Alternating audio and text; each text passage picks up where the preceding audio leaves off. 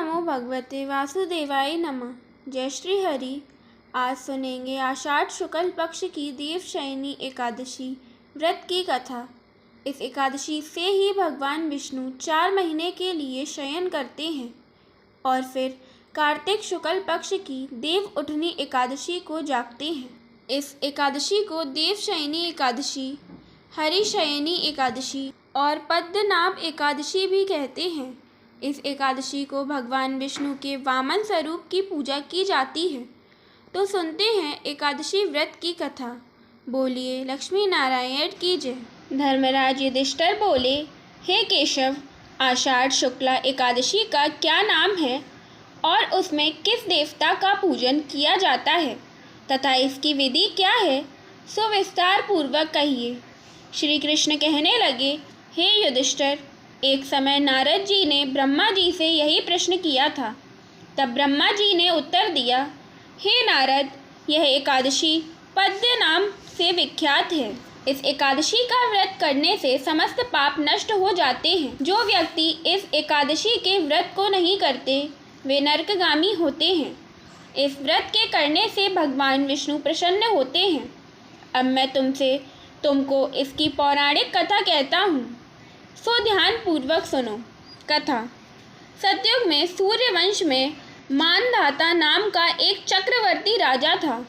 वह सत्यवादी और महान प्रतापी था। वह अपनी प्रजा का पुत्रवत पालन किया करता था। उसके राज्य में कभी अकाल नहीं पड़ता था। एक समय उस राजा के राज्य में 3 वर्ष तक वर्षा नहीं होने के कारण अकाल पड़ गया। प्रजा अन्न की कमी के कारण अत्यंत दुखी हो गई। एक दिन प्रजा राजा के पास जाकर प्रार्थना करने लगी, हे राजन, समस्त विश्व की सृष्टि का कारण वर्षा है। वर्षा के अभाव से राज्य में अकाल पड़ गया है और अकाल से प्रजा मर रही है। इसलिए हे राजन, कोई ऐसा उपाय करिए जिससे प्रजा का कष्ट दूर हो।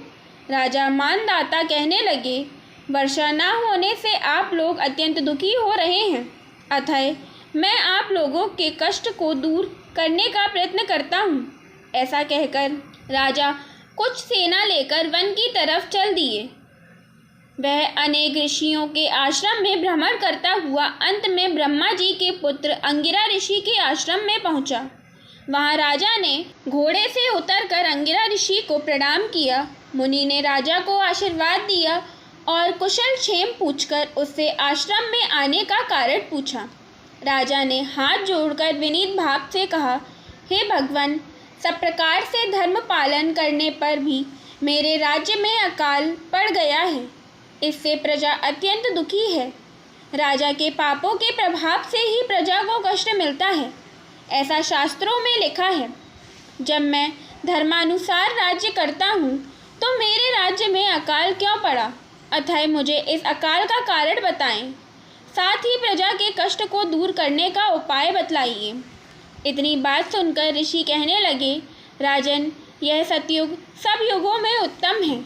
इसमें धर्म के चारों चरण सम्मिलित हैं, अर्थात इस युग में धर्म का पूर्ण पालन होता है। सतयुग में केवल ब्राह्मणों को ही वेद पढ़ने और तप करने का अधिकार है, परंतु आपके राज्य में एक शूद्र तपस्या कर रहा है।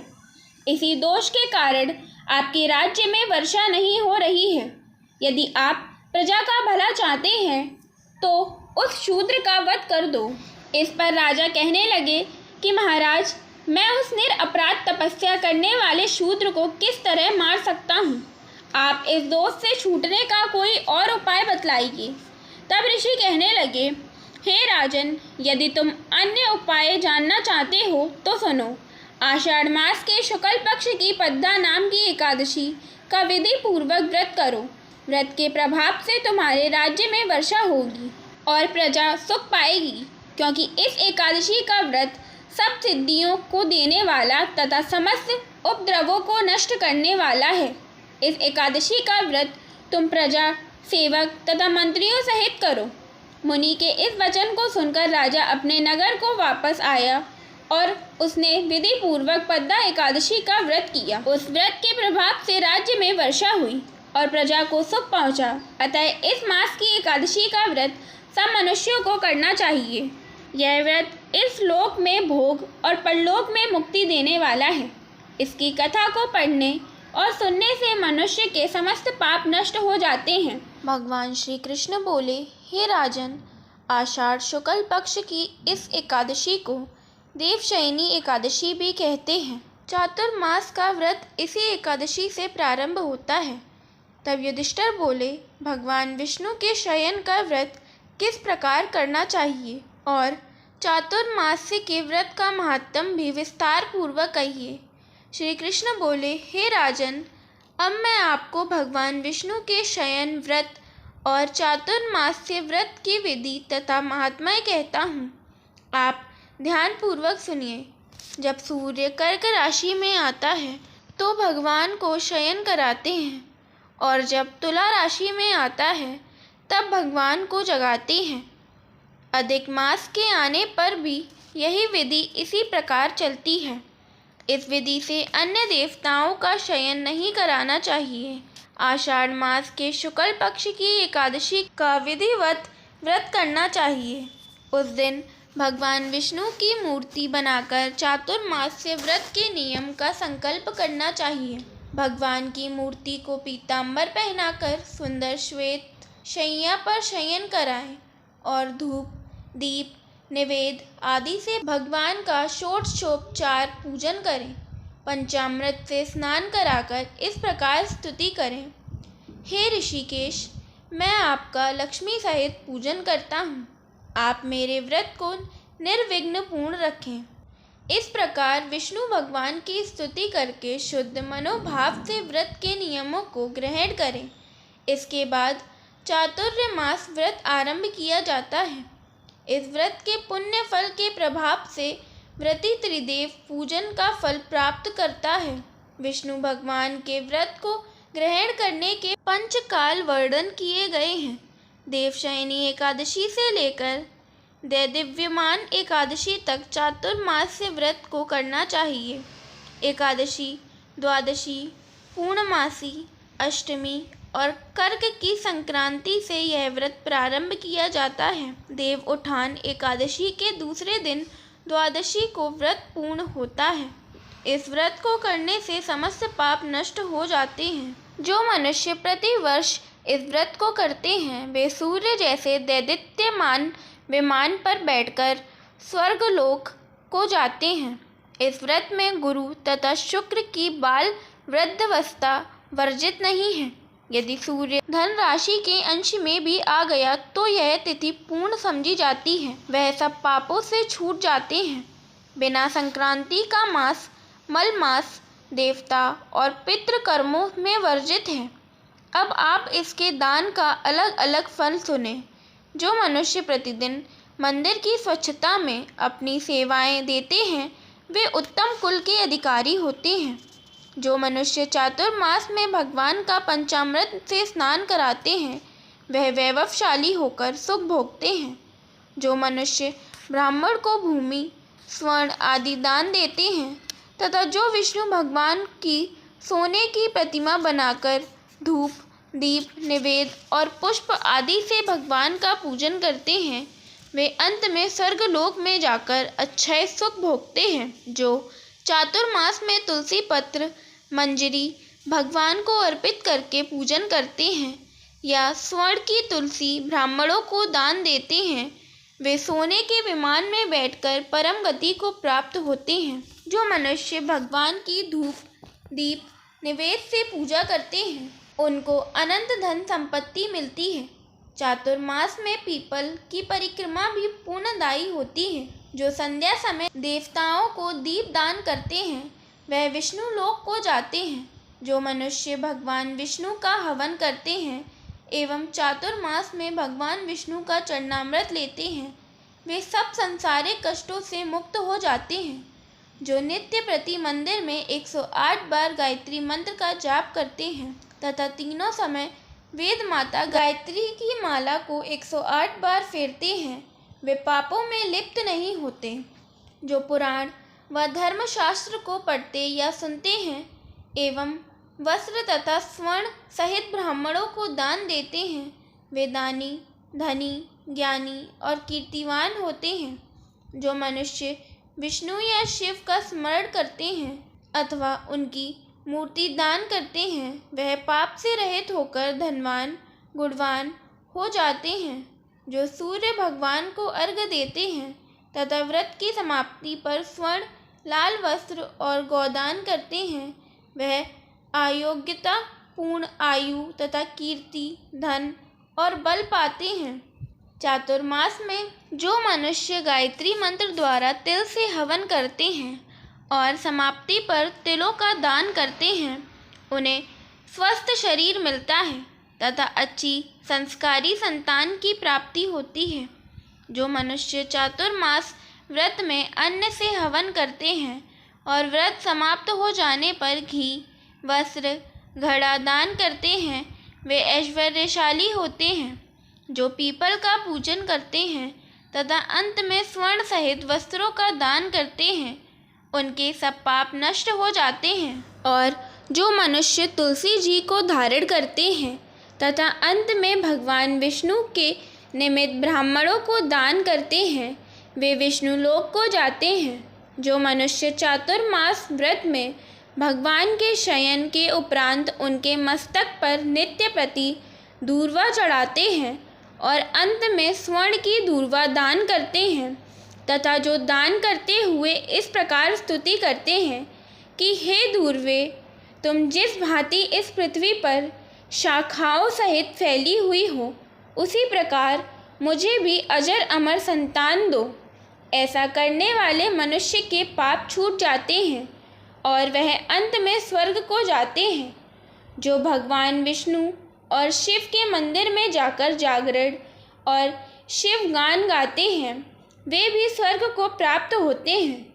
चातुर्मास्य व्रत में उत्तम ध्वनि वाला घंटा दान करना चाहिए तथा इस प्रकार प्रार्थना करनी चाहिए, हे भगवान, हे जगतपते, आप पापों का नाश करने वाले हैं।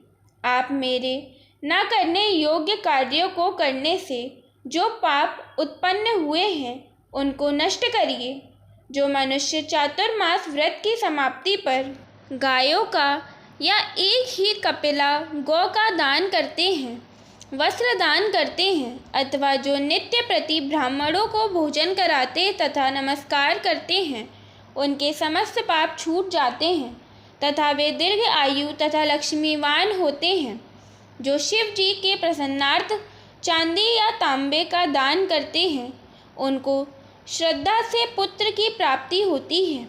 जो मनुष्य चातुर्मास में ब्राह्मणों की पूजा करते हैं, अन्न वस्त्र का दान देते हैं तथा समाप्ति पर शैया दान देते हैं, उनको अक्षय सुख प्राप्त होता है। जो वर्षा ऋतु में गोपी चंदन दान करते हैं, वे इस लोक में भोग और परलोक में मोक्ष पाते हैं। जो चातुर्मास में भगवान विष्णु के शयन करने पर शक्कर दान करते हैं और व्रत की समाप्ति पर इस प्रकार उद्यापन करते हैं, 4 फल या 8 फल वाले तांबे के पात्र में शक्कर भरकर वस्त्र फल दक्षिणा सहित पुरोहित को देते हैं, उनके सब पाप नष्ट हो जाते हैं और उन्हें यशस्वी पुत्र की प्राप्ति होती है। हे कुंती पुत्र, चातुर्मास्य व्रत करने वाला मनुष्य गंधर्व विद्या में निपुण और स्त्रियों को प्रिय होता है। जो मनुष्य चातुर्मास्य व्रत में फल मूल शाख आदि का दान देते हैं, वे सुखी और राजयोगी होते हैं। जो मनुष्य इस व्रत में प्रतिदिन सौंठ मिर्च पीपल और दक्षिणा के सहित दान देते हैं और व्रत के अंत में सोने की सौंठ मिर्च आदि दान करते हैं, वे 100 वर्ष तक जीवित रहकर अंत में स्वर्ग में जाते हैं। जो बुद्धिमान ब्राह्मण को मोती का दान करते हैं, वे कीर्ति को प्राप्त करते हैं। जो मनुष्य इस व्रत में तांबूल दान करते हैं अथवा तंबाकू खाना छोड़ देते हैं और अंत में लाल वस्त्र का दान देते हैं, वे सौंदर्यशाली निरोग बुद्धिमान भाग्यवान तथा सुंदर वाणी बोलने वाले बनते हैं। तांबूल के दान से देवता प्रसन्न होकर अनंत धन देते हैं। जो मनुष्य इस व्रत में लक्ष्मी जी और पार्वती जी को प्रसन्न करने के लिए हल्दी का दान करते हैं और व्रत के अंत में चांदी के पात्र में हल्दी रखकर देते हैं। वे स्त्रियां अपने पति के साथ और पुरुष अपनी पत्नियों के साथ सुख भोगते हैं तथा उन्हें सौभाग्य, अक्षय धन व सुपात्र संतान मिलती है और वे देवलोक में पूजित होते हैं।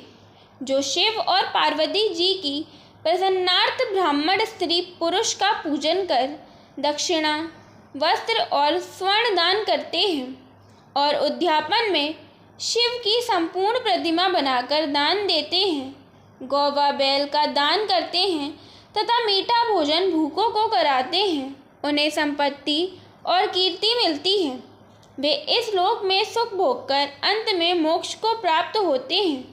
जो मनुष्य फल का दान करते हैं और व्रत के अंत में स्वर्ण दान देते हैं, उनके सब मनोरथ सिद्ध होते हैं और सुपात्र संतान उत्पन्न होती है। फलदान से नंदन वन का फल प्राप्त होता है। जो मनुष्य व्रत में पुष्प दान करते हैं, उन्हें इस लोक में सुख और परलोक में गंधर्व पद मिलता है। जो वामन भगवान की प्रसन्नता के लिए प्रतिदिन ब्राह्मणों को दही युक्त भात खिलाता है और अंत में भूमि या स्वर्ण का दान करता है, वह इस लोक में धन धान्य प्राप्त कर अंत में विष्णु लोक को जाता है। जो वस्त्र और आभूषणों सहित गौ और बछड़े का दान करते हैं, वे ज्ञान प्राप्त करके ब्रह्मलोक को जाते हैं और पितरों के साथ अनेक सुखों को भोगते हैं। जो मनुष्य चातुर्मास में प्रजापत व्रत करते हैं और उसकी समाप्ति पर गौदान और ब्राह्मणों को भोजन कराते हैं, वे समस्त पापों से मुक्त होकर ब्रह्मलोक को जाते हैं। और जो वस्त्रों व बैलों सहित हल का दान करते हैं तथा शाक, मूल और फलों का आहार करते हैं, वे विष्णु लोक को जाते हैं। जो मनुष्य केला के पत्र या पलाश के पत्रों में भोजन करते हैं, कांसे के पात्र और वस्त्र दान करते हैं तथा तेल नहीं खाते, उनके समस्त पाप नष्ट हो जाते हैं। जो मनुष्य पयोव्रत करते हैं और अंत में दूध वाली गौ दान देते हैं, वे विष्णु लोक को जाते हैं। चातुर्मास्य व्रत के प्रभाव से ब्रह्मघाती, सुरापान करने वाला, बालघाती, असत्य भाषण करने वाला, स्त्रीघाती, किसी व्रत में विघ्न डालने वाला, अगम्या से गमन करने वाला, विधवा गमन करने वाला, ब्राह्मणी तथा चांडालनी के साथ भोग करने वाला, इनके सब पाप नष्ट हो जाते हैं। अंत में यह निर्वाण पद पाते हैं। चातुर्मास्य व्रत के अंत में 64 पल कांसे का पात्र तथा वस्त्रों और आभूषणों युक्त गौ और बछड़ा दान करना चाहिए। जो मनुष्य भूमि को गोबर से लीप करके भगवान का स्मरण करके भोजन करते हैं, उन्हें अयोग्यता तथा पुत्र की प्राप्ति होती है। वे धर्मात्मा राजा होते हैं, उनको किसी शत्रु का भय नहीं होता और अंत में स्वर्गलोक को जाते हैं। जो मनुष्य बिना मांगे हुए आभूषणों से युक्त चंदन सहित बैल का दान करते हैं तथा उसे षट रस युक्त भोजन कराते हैं, उन्हें विष्णु लोक प्राप्त होता है। चातुर्मास्य व्रत में जो नित्य प्रति जागरण करते हैं तथा अंत में ब्राह्मणों को भोजन कराते हैं, उन्हें शिवलोक की प्राप्ति होती है। जो एक समय भोजन करते हैं और अंत में भूखे को भोजन कराते हैं, भक्तिपूर्वक भगवान का पूजन करते हैं, भगवान के शयन करने पर भूमि पर सोते हैं तथा अंत में शैया दान करते हैं। जो मैथुन नहीं करते, वे यशस्वी लक्ष्मीवान होकर स्वर्ग में जाते हैं। जो इस व्रत में सब परिवार चावल या जौ का भोजन करते हैं और जो तेल नहीं लगाते और अंत में कांसे या मिट्टी के पात्र में तेल भरकर दान करते हैं, अथवा जो शाक नहीं खाते, अंत में चांदी के पात्र को वस्त्र में लपेटकर या 10 प्रकार के शकों से भरकर वेद पाठी ब्राह्मण को देते हैं, वे सब शिवलोक में जाकर कीर्ति प्राप्त करते हैं। जो मनुष्य गेहूं का त्याग करते हैं, व्रत के अंत में सोने के गेहूं बनाकर दान करते हैं तथा जो व्रत में इंद्रियों का दमन करते हैं उन्हें अश्वमेध यज्ञ का फल प्राप्त होता है। जो मनुष्य श्रावण में शाक, भादौ में दही, आश्विन में दूध और कार्तिक में दाल का त्याग करते हैं वे निरोग व स्वस्थ रहते हैं। जो स्नान करके भगवान की पूजा करते हैं वे स्वर्ग को जाते हैं तथा जो मीठा, खट्टा, कड़वा पदार्थ त्याग देते हैं वे समस्त दुर्गुणों से छूट जाते हैं। जो पुष्प आदि का त्याग कर देते हैं वे स्वर्ग को जाते हैं।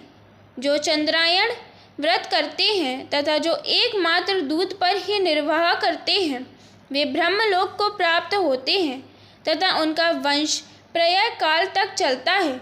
जिस दिन भगवान उठते हैं उस दिन ब्राह्मणों को वस्त्रों का दान तथा भोजन कराना चाहिए। यह सब दान वेद पाठी धार्मिक ब्राह्मण को देने चाहिए। कुपात्र ब्राह्मण को दान देने से पाप लगता है और नरक की प्राप्ति होती है। एकादशी के व्रत में कथा अवश्य सुननी चाहिए जिससे रोग, शोक, ताप आदि नष्ट हो जाते हैं और भगवान लक्ष्मी नारायण की कृपा प्राप्त होती है। फलाहार, इस दिन किशमिश का सागर लेना चाहिए। व्रत में किशमिश, फल, दूध, मिठाई आदि लिए जा सकते हैं। जय श्री कृष्ण, जय श्री हरि, राधे राधे। तो अब सुनेंगे एकादशी व्रत की आरती। ओम जय एकादशी, जय एकादशी, जय एकादशी माता। विष्णु पूजा व्रत को धारण कर शक्ति मुक्ति पाता। ओम जय एकादशी माता, तेरे नाम गिनाऊं देवी, भक्ति प्रदान करनी मैया, भक्ति प्रदान करनी। गुण गौरव की देवी माता, शास्त्रों में वरनी। ओम जय एकादशी माता, मार्गशीर्ष के कृष्ण पक्ष में उत्पन्ना होती मैया, उत्पन्ना होती। शुक्ल पक्ष में मोक्षदायिनी, पापों को धोती। ओम जय एकादशी माता, पुष मास के कृष्ण पक्ष की सफला नाम कहे मैया, सफला नाम कहे। शुक्ल पक्ष में होए पुत्रदा, आनंद अधिक रहे। ओम जय एकादशी माता, नाम षट तिला माघ मास में कृष्ण पक्ष आवे मैया, कृष्ण पक्ष आवे। शुक्ल पक्ष में जया कहावे, विजय सदा पावे। ओम जय एकादशी माता, विजय फागुन कृष्ण पक्ष में शुक्ला आमल की मैया, शुक्ला आमल की। पाप मोक्षनी कृष्ण पक्ष में चैत्र मास बल की। ओम जय एकादशी माता, चैत्र शुक्ल में नाम कामदा, धन देने वाली मैया, धन देने वाली।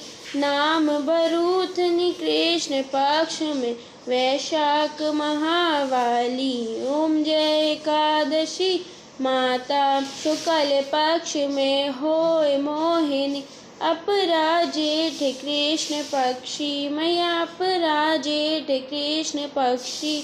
नाम निर्जला सब सुख करनी, शुक्ल पक्ष रखी। ओम जय एकादशी माता, योगिनी नाम आषाढ़ में जानो, कृष्ण पक्ष वरनी मैया, कृष्ण पक्ष वरनी। देव शयनी नाम कहायो, शुक्ल पक्ष धरनी। ओम जय एकादशी माता, कामिक श्रवण मास में आवे, शुक्ल पक्ष कहिए मैया, शुक्ल पक्ष कहिए। श्रावण शुक्ल में होए पुत्रदा, आनंद से रहिए। ओम जय एकादशी माता, अजाभाद प्रद कृष्ण पक्ष की पर्वतनी शुक्ला मैया, पर्वतनी शुक्ला। इंद्रा आश्विन कृष्ण पक्ष में व्रत से भव सागर निकला। ओम जय एकादशी माता, पापा कुंशा है शुक्ल पक्ष में, पाप हरन हारी मैया, पाप हरन हारी। रमा मास कार्तिक में आवे, सुखदायक भारी। ओम जय एकादशी माता देवोत्थानी शुक्ल पक्ष की दुख नाशक मैया, मैया दुख नाशक मैया। लौंद मास की करू विनती पार करो नैया। ओम जय एकादशी मैया शुक्ल लौंद में होए पद्मिनी। दुख दारिद हरनी मैया दुख दारिद हरनी। परमा कृष्ण पक्ष में होती जन मंगल करनी। ओम जय एकादशी माता जो कोई आरती एकादशी की भक्ति सहित गावे, मैया भक्ति सहित गावे। जन रघुनाथ स्वर्ग का वासा निश्चय वह पावे। ओम जय एकादशी माता ओम जय एकादशी जय एकादशी जय एकादशी माता। विष्णु पूजा व्रत को धारण कर शक्ति मुक्ति पाता। ओम जय एकादशी माता। बोलिए लक्ष्मी नारायण की जय। जय श्री हरि। राधे राधे।